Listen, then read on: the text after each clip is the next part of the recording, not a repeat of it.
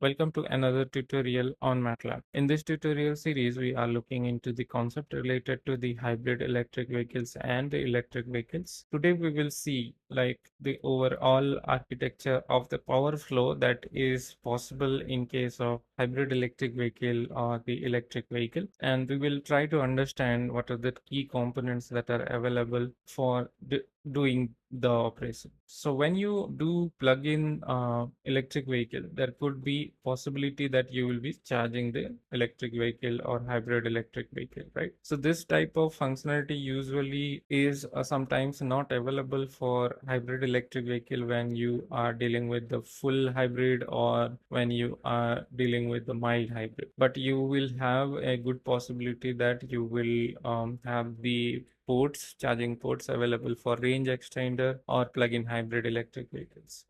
This will be applicable to those electric vehicles or hybrid electric vehicles. Along with that, if you see, there is two possibility of a power source. One is the AC, another is the DC power source that you have. So if you are using the DC power source, then in that case, you will not use the rectification. As you can see, right, it is just providing the power to the next component that we will see. So when you connect to the AC power source, then the power flow will happen through the rectifier and it will be rectificated, and then a DC power will be produced, and with that it will charge up the battery. That is possible in this case as you are using the DC source directly, right? So this conversion is not needed, and the power level and all the conversion happens only inside this instrument outside the electric vehicle. So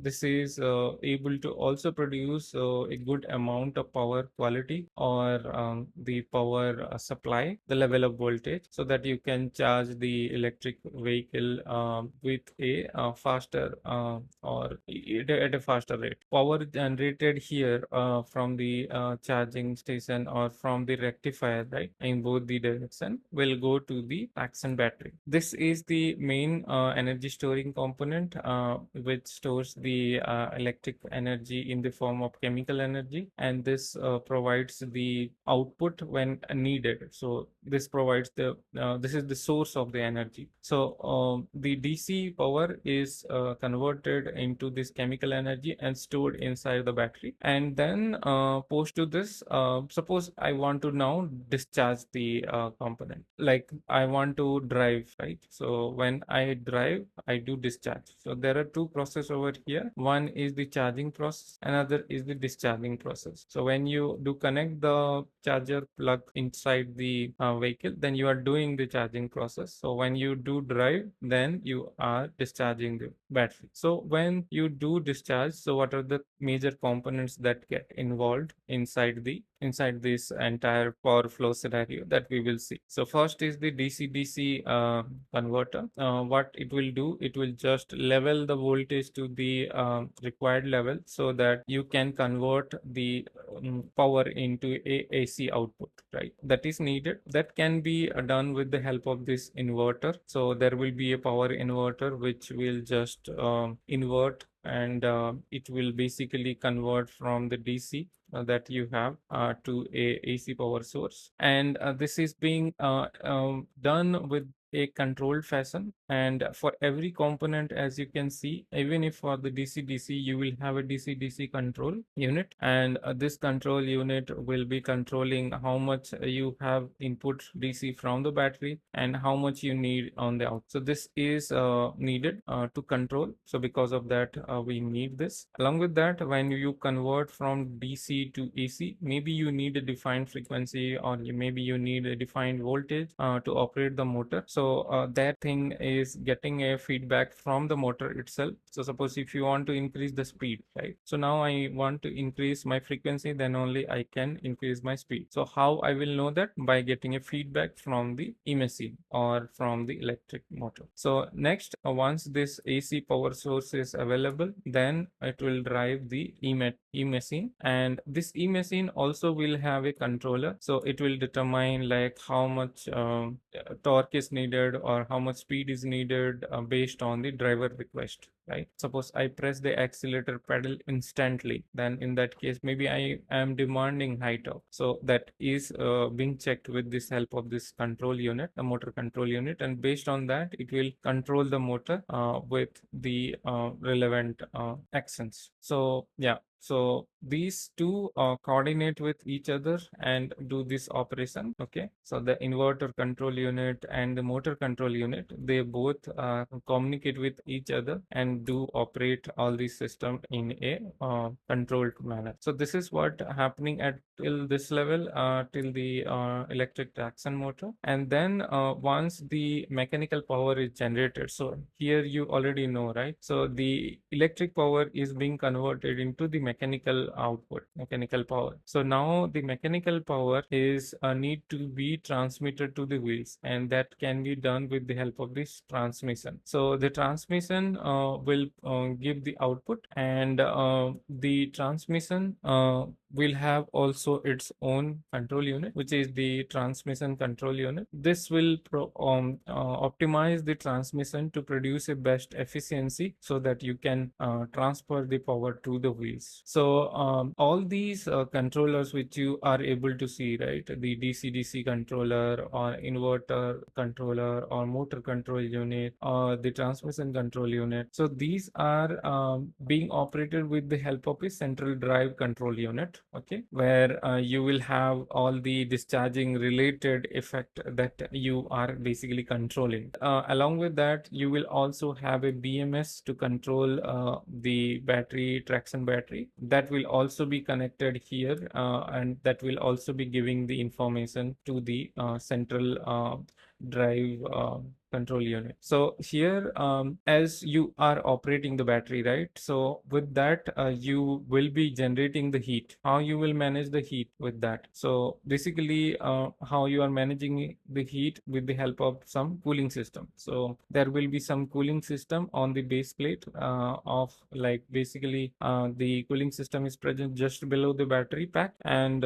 there you will have the cooling system arranged. So whenever this battery is getting heat up, right, it will provide the heat to the heat exchanger that is placed below the battery, and it will cool the battery. And suppose if the temperature need to be increased, like in cold countries, right, so there also you can use a heat exchanger which will just increase the temperature of the battery so that you can optimize the uses of the battery and operate it more properly. So to cool down, you will have a cooling system that you can see, and which is basically called thermal cooling system. And every cooling system needs measurement, right?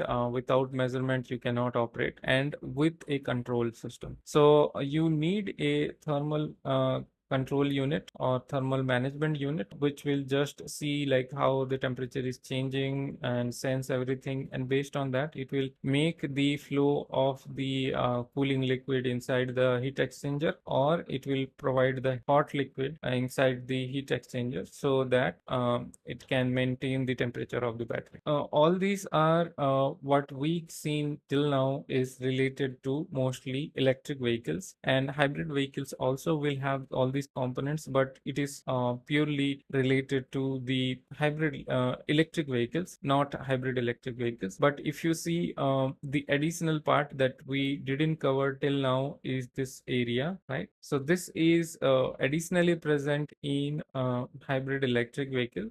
You will have an auxiliary battery, and you will also have a DC-DC buck boost converter. So suppose I have a power source of maybe 60 volt, which is my traction battery in case of a hybrid electric vehicle. I cannot get power from external, right?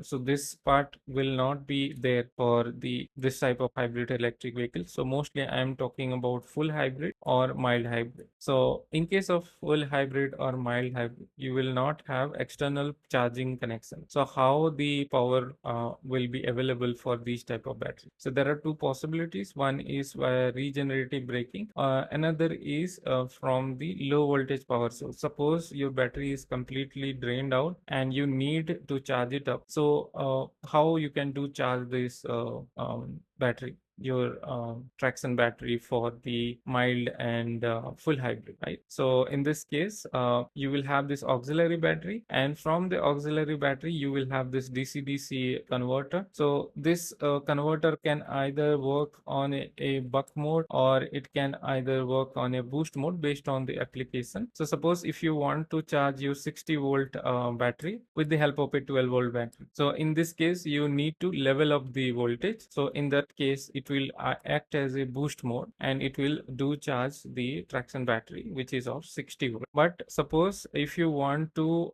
charge this 12-volt battery, right, and you have good amount of SOC for this particular traction battery for full and mild hybrid, so in that case how you can do the conversion of this 60 volt to 12 volt, that will be done with the help of this buck mode. So basically you will be reducing the voltage. So with this you will be able to charge the 60 volt battery as well as 12 volt battery in two different modes. To charge the 12 volt battery you need to operate in the buck mode, and to charge the 60 volt battery you need to operate in the boost mode, so that you can manage the power flow and maintain a good amount of relevant SOC, so that your battery will not get aged faster and you can maintain the more life for the battery. So this particular one is applicable only for hybrid electric vehicles, which are also specified like full and mild hybrid.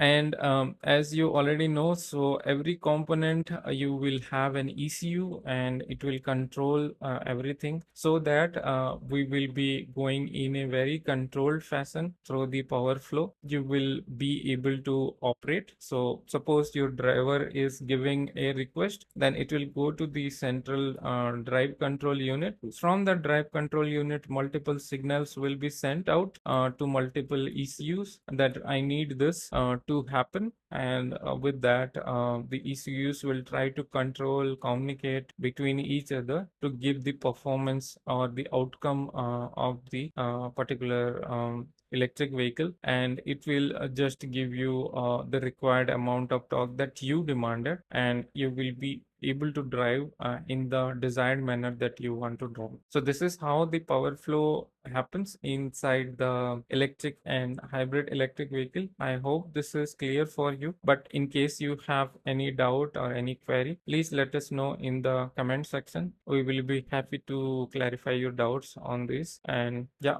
have a great day. Thank you for connecting. In case you like our video, please consider subscribing. Have a great day ahead.